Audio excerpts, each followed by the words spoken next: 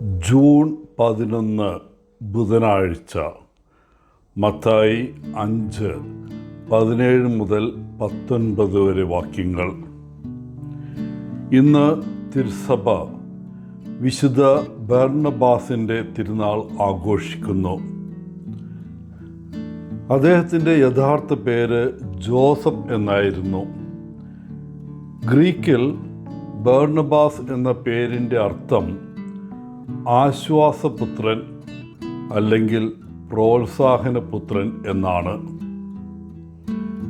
ബർണ്ണബാസ് വളരെ ഉദാരമതിയായിരുന്നു. തത്വത്തിൽ മാത്രമല്ല, പ്രവൃത്തിയിലും എങ്ങനെ സ്നേഹിക്കണമെന്ന് അറിയാവുന്ന ഒരു മനുഷ്യനായിരുന്നു അദ്ദേഹം.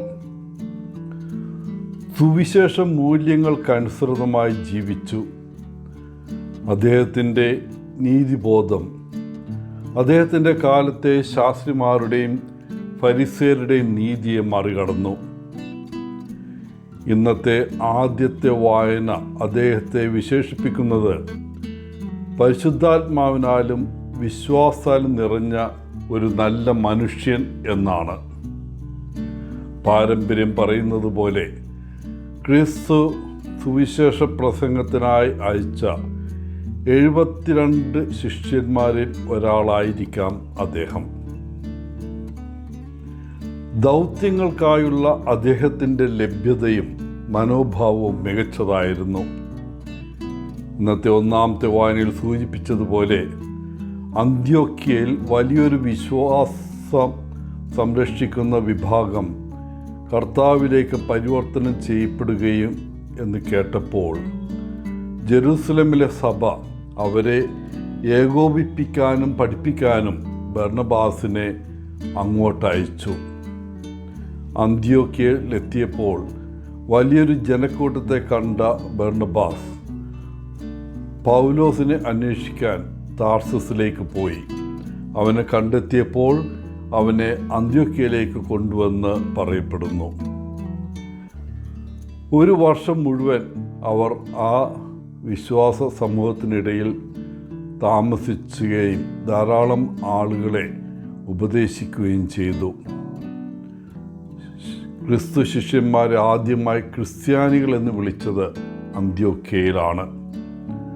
ആശ്വാസപുത്രനായ വിശുദ്ധ ബർണ്ണബാസ് നമുക്ക് ഓരോരുത്തർക്കും വേണ്ടി മാധ്യസ്ഥം വഹിക്കട്ടെ എന്ന് പ്രാർത്ഥിക്കാം.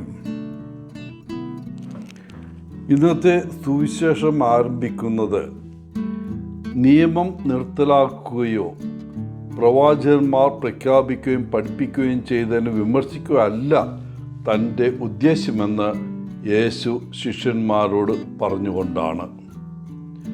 നിയമം നിറവേറ്റുക എന്നതാണ് യേശുവിൻ്റെ ലക്ഷ്യം.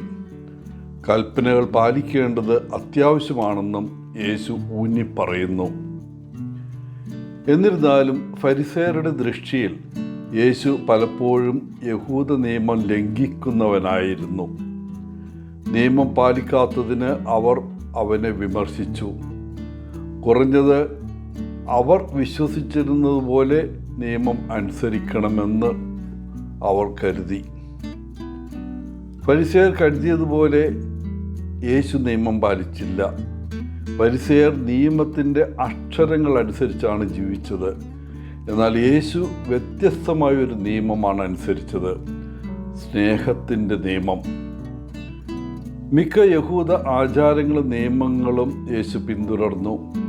എന്നിരുന്നാലും സ്നേഹവും കാരുണ്യവും ആവശ്യമുള്ള ആളുകളുടെ കാര്യത്തിൽ യേശു ദൈവത്തിൻ്റെ നിയമം അനുസരിച്ചാണ് ജീവിച്ചത്. അതെ, എല്ലാ കൽപ്പനകളും പ്രധാനപ്പെട്ടതും ആവശ്യമുള്ളതുമാണ്. യേശുവിനെ സംബന്ധിച്ചിടത്തോളം ആദ്യത്തെ 2 കൽപ്പനകളാണ് മറ്റ് കൽപ്പനകളുടെ അടിസ്ഥാനം. ദൈവസ്നേഹവും അയൽക്കാരനുള്ള സ്നേഹവും.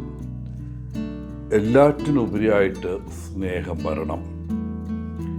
എല്ലാവർക്കും ഇന്നത്തെ തിരുനാളിൻ്റെ മംഗളങ്ങൾ നേർന്നുകൊണ്ട് ഒത്തിരി സ്നേഹത്തോടെ പോളച്ചൻ CSSR from Kerala.